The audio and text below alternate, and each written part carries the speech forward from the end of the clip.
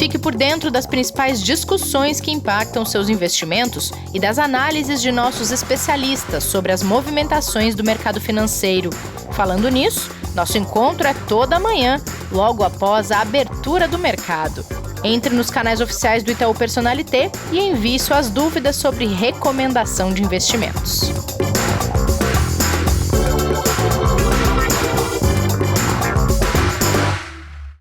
Sextou no Investidor em Foco deste 19 de março de 2021. Hoje a gente atualiza vocês do cenário econômico, vai ter troca no comando do Banco do Brasil e tem nosso café com canelas de toda sexta-feira. Preparado, Kleber? Tudo bem por aí? Tudo bem, Rei. E você? Preparado para ouvir o Pedrão mais uma vez aqui com uma dica bem legal, né? Preparada para reunir as dicas do Pedro e levar para as minhas férias. É verdade, né? Vai ter um descanso bem merecido aí, Rê. Vou ter sim, graças a Deus. A gente sempre pensa que trabalhar de casa cansa menos, mas a cabeça cansa do mesmo jeito, né, Kleber? Então parar um pouquinho sempre faz bem. Sem dúvida, ainda mais nessa fase, né, Rê? Um monte de coisa acontecendo. É verdade, todo mundo sente, né? Se alguém não tá sentindo, acho que tem que refletir um pouquinho, né? De algum jeito a gente sente, nem que seja um dia mais desanimado que o outro, um dia mais difícil que o outro, é uma oscilação constante aí no meio de toda essa turbulência, né? Verdade, não tem como. Até o mercado sente, né? E como? Acho que sente mais, hein, Kleber? E aí, falando em mercado, como é que a gente está encaminhando o encerramento dessa semana, já que ela vai fechar com a confirmação de uma especulação que a imprensa trouxe lá quando deu aquele rolo todo com a Petrobras, de que poderia haver mudanças no Banco do Brasil e agora André Brandão deixou a presidência, Fausto de Andrade Ribeiro pode ser que assuma, ele é indicado para o cargo de presidente, ele que estava na direção da BB Administradora de Consórcios. Mercado já reage a isso ou ainda não deu tempo, Kleber? A gente ainda não teve uma resposta, né? A notícia, quando ela saiu, a gente já tinha aí o mercado praticamente fechado, né? Sim. Tinha já algumas veiculações que até bateram um pouco no preço do papel do Banco do Brasil ontem, que a gente viu ele meio que um pouco na contramão, né? As ações ontem do setor financeiro, do setor de ações, fecharam até em campo positivo, né? O Banco do Brasil teve um pouco mais de dificuldade, mas a confirmação mesmo da informação veio depois do mercado fechado. A gente vai sentir isso hoje e aí ter realmente uma sensibilidade um pouco maior, né, de como vai ser a absorção.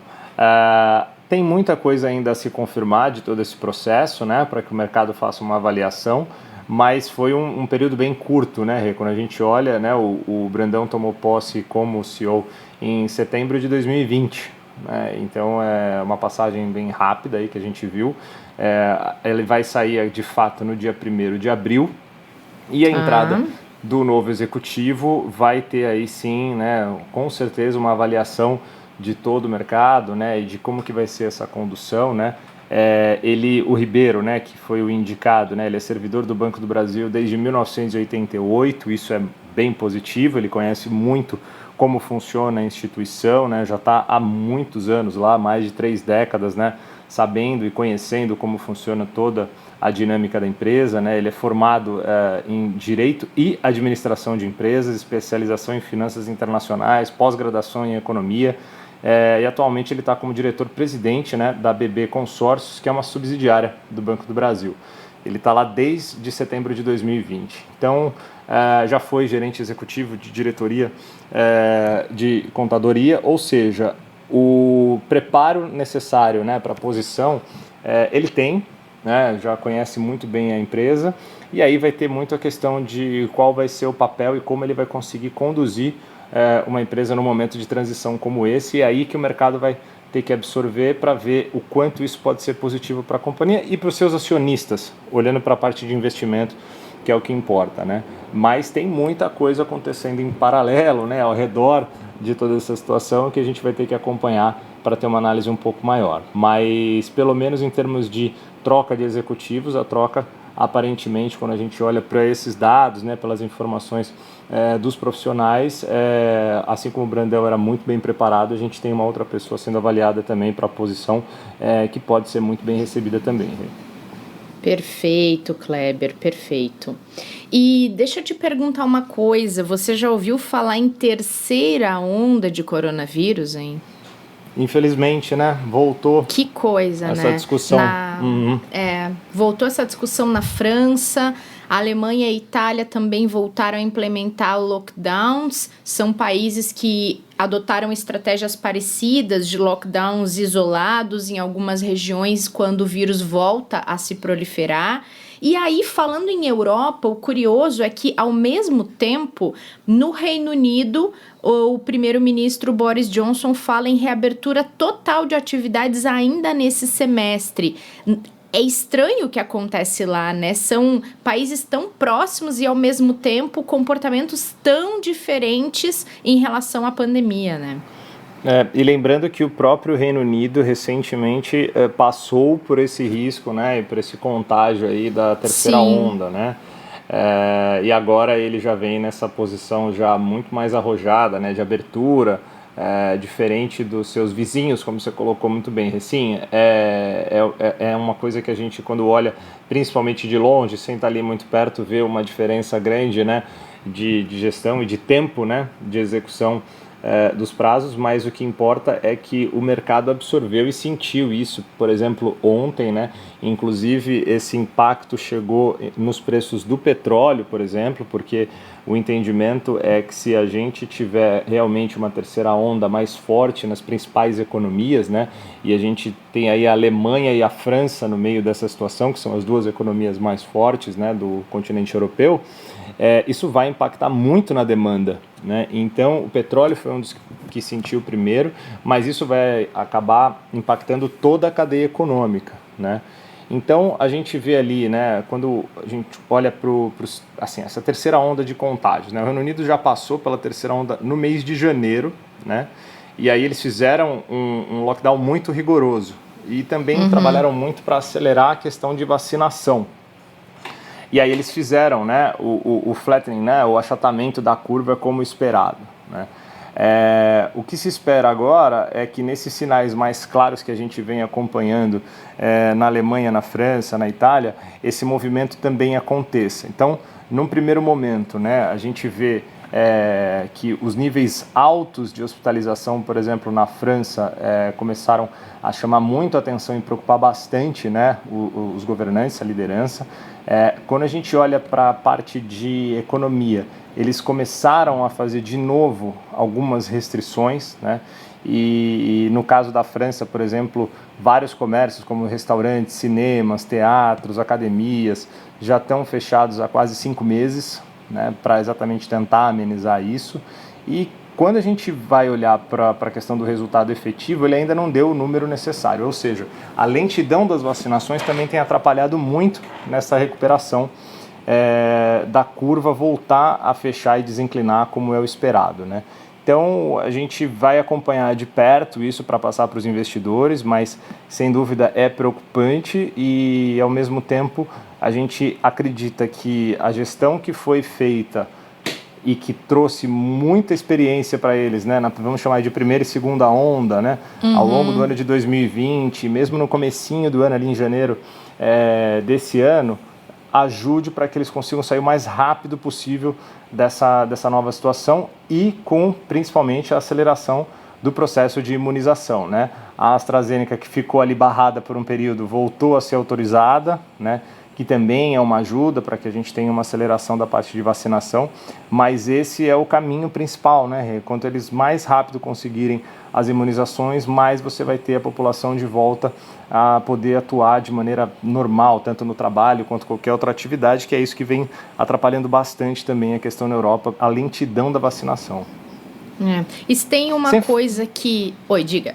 Não, sem falar também das novas variantes, né? Que só para destacar que isso também vem sendo uma causa que vem preocupando muito e vem causando vários problemas também, porque aumentou a questão da disseminação de uma maneira que não teve como se controlar por ser exatamente questões novas, pontos novos ali que os infectologistas ainda estão conhecendo, né?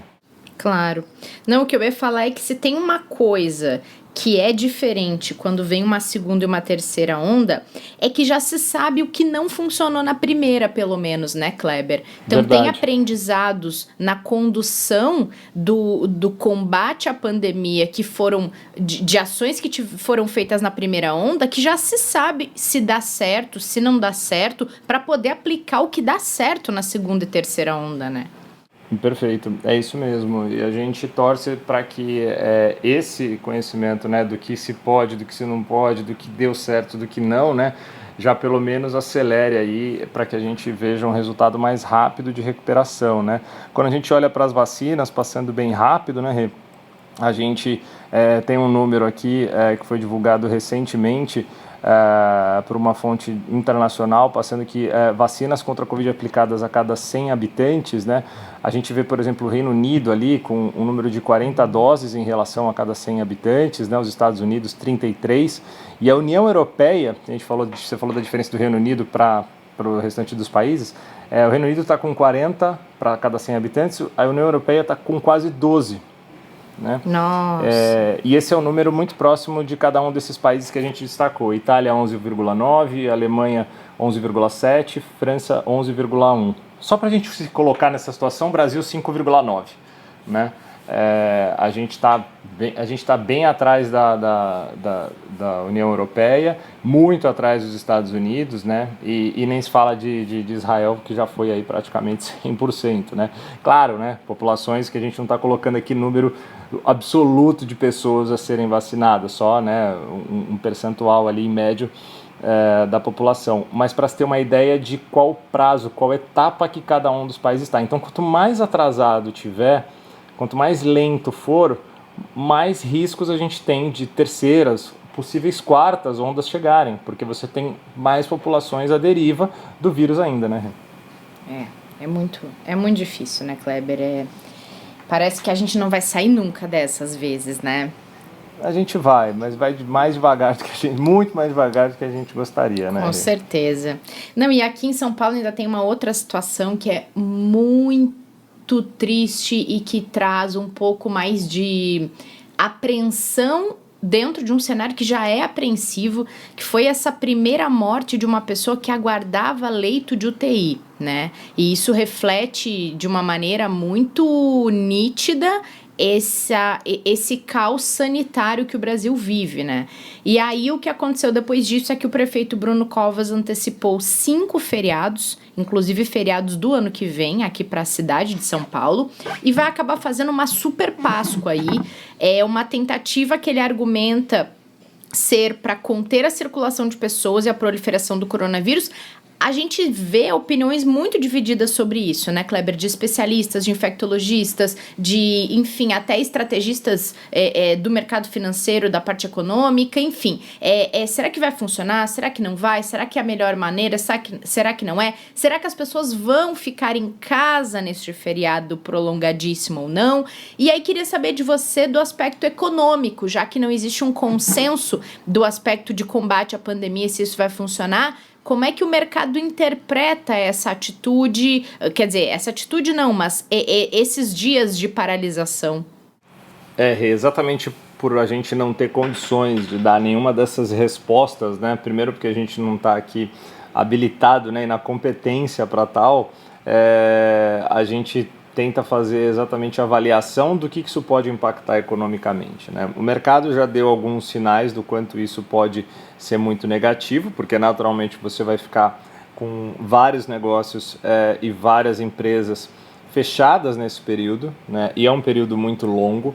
Você pode ter um número de circulação, e essa é a ideia principal, né, muito pequeno, o que acaba tendo uma demanda muito menor, e você acaba com essa circulação tendo um número de negócios muito inferior àquilo que é o necessário para que a cadeia econômica, né, tenha a sua subsistência seguindo seu fluxo normal, ou seja, então o seu comércio vai estar impactado, né, serviços pode estar muito impactado, tirando um ou outro, como por exemplo o delivery, né, esse talvez aumente bastante, né, serviço de entrega, porque as pessoas vão precisar pedir as coisas, já que em tese elas não podem sair, né, e a maioria das coisas estão fechadas. Só que no balanço geral, quando a gente olha para um cenário muito recente, não precisa fazer grandes análises, a gente viu que todas essas medidas trazem impactos muito negativos para a economia, né? Tanto do ponto de vista de arrecadação, do ponto de vista de geração de receita para as empresas, quanto de manutenção de empregos, né? Então, a gente, obviamente, não vai fazer aqui juízo de valor da decisão, porque realmente a gente não tem como, mas o que a gente pode dizer é que o impacto não tem como ser positivo para a economia, e a gente então fica aí na torcida para que ele pelo menos traga um impacto positivo para o lado, né, de saúde, para o lado da questão sanitária, que a gente sabe que está muito difícil, mas o investidor, ele acompanhando no dia a dia, a gente ainda não teve a confirmação se o mercado vai ficar aberto ou o mercado vai ficar fechado, né?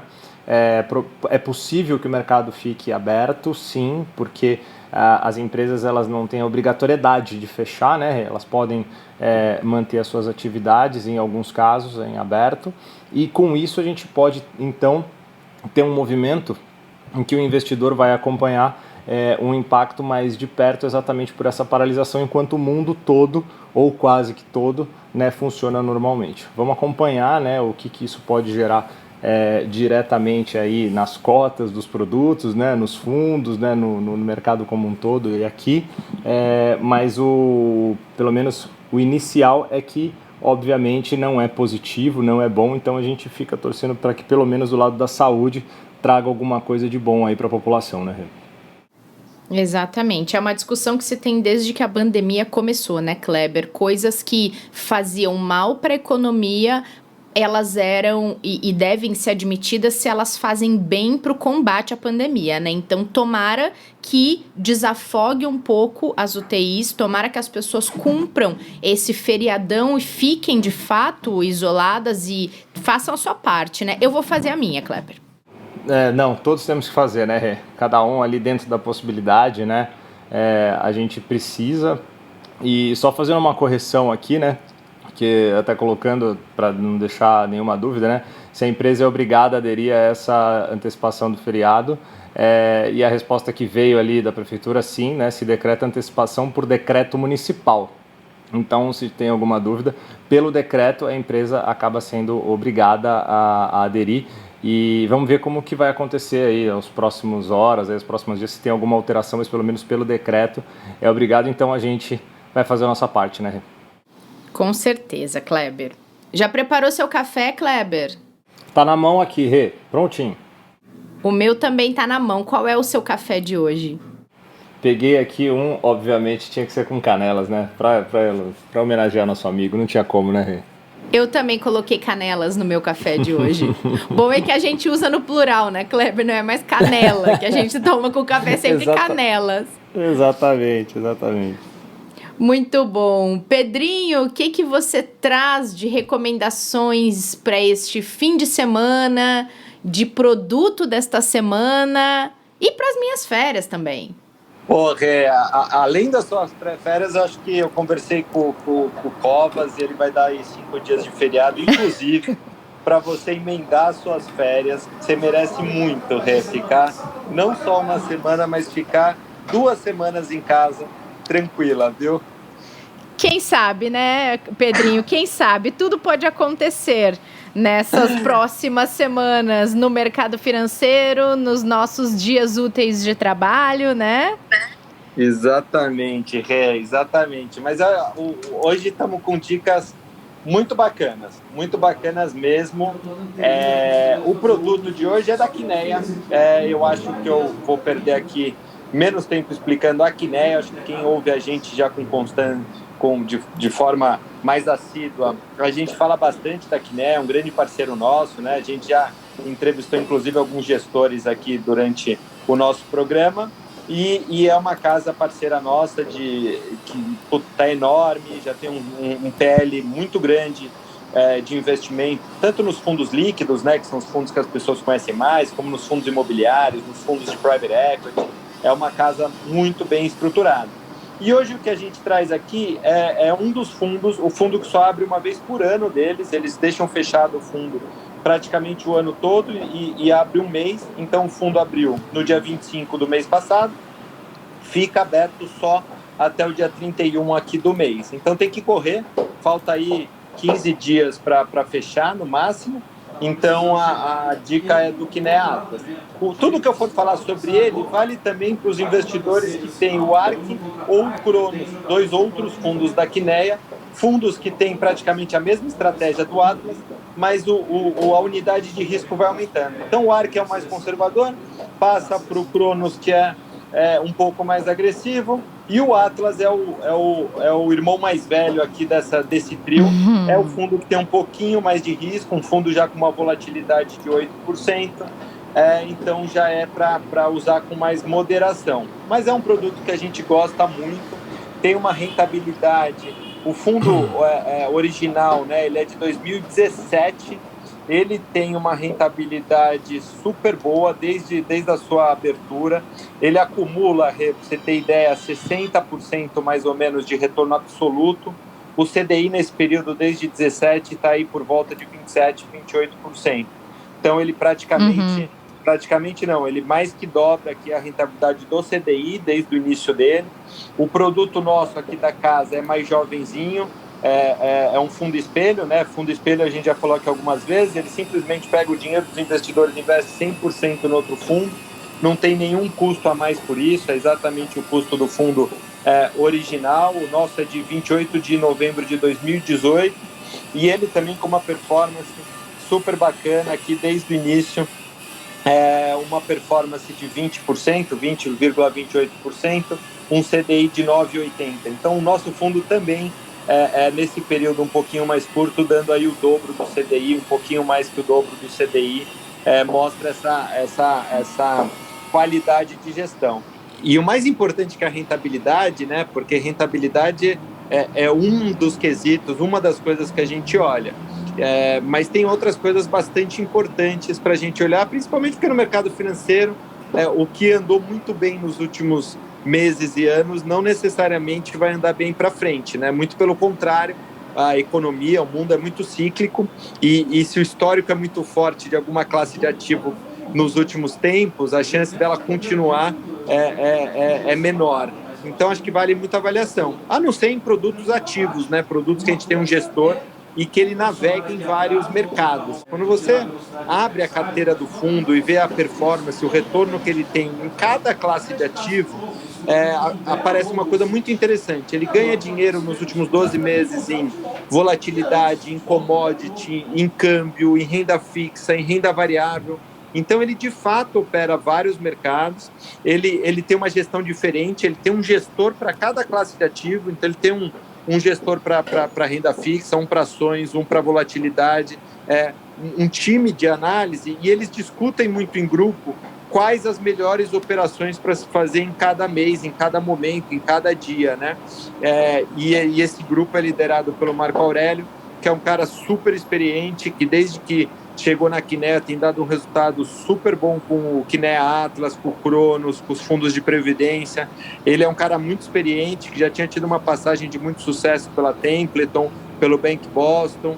Então é um produto que a gente tem muito conforto, que vai saber navegar, que vai ganhar dinheiro em vários cenários, e a gente está num momento desse, né? Um momento de bastante oscilação, de muita volatilidade, de muita mudança de cenário, e ter um time de gestão que sabe operar todos os mercados é muito importante. Então a gente tem um conforto enorme, tem que correr, o fundo fecha agora no fim do mês, ele fica aberto só um mês por ano, justamente para ter uma expectativa de gestão mais tranquila. Ele não visa ter um fundo gigantesco, até para ter um tamanho para poder operar realmente todos os ativos que ele gosta. E é um fundo tradicional, o fundo tem taxa de administração de 2%, 2,20%, né? 2% de ADM com 20% de performance do CDI. É um fundo super acessível, R$1.000 aqui a aplicação adicional e o mínimo 5.000 para início. Não tem taxa de saída para o investidor que quiser sair.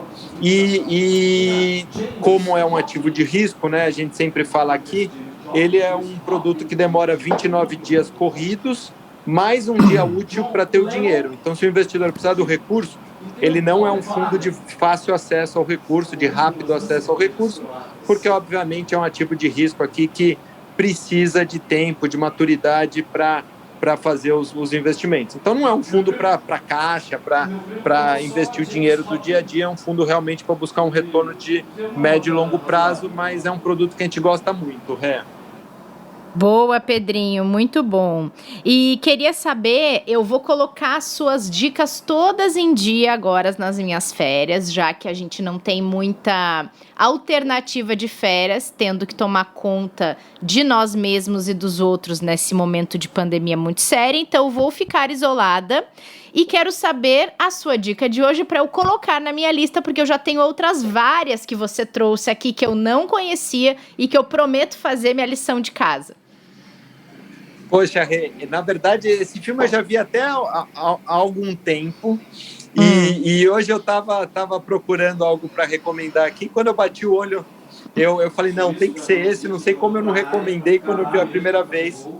Porque é um filme muito interessante, assim, a história é muito interessante.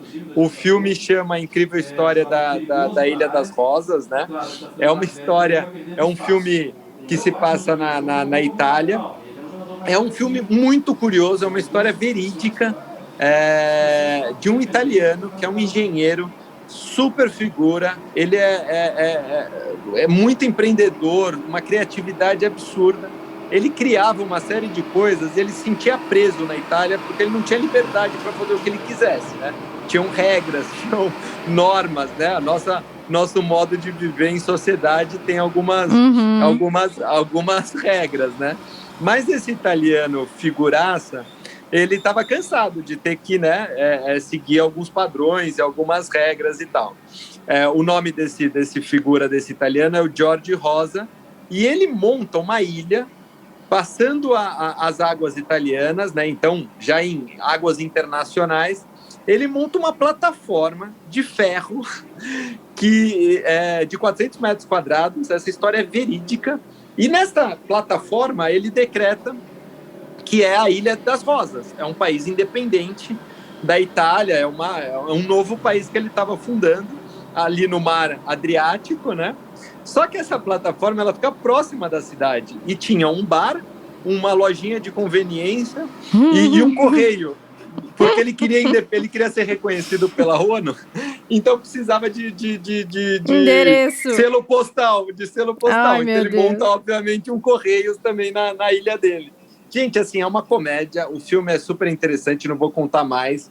Mas não dá para perder, acho que nesse momento tão duro que a gente está, ver um filme de um sonhador desse, de um realizador desse e uma comedinha, acho que vem bem a calhar pro momento que a gente está vivendo. O Kleber já viu esse filme, né, Kleber? Não vi, não. Vou começar igual você, suas férias, já com indicação nova aí do Pedrão. Muito bom, meninos, muito bom. Vou deixar, então, você semana que vem com a Carol Rui.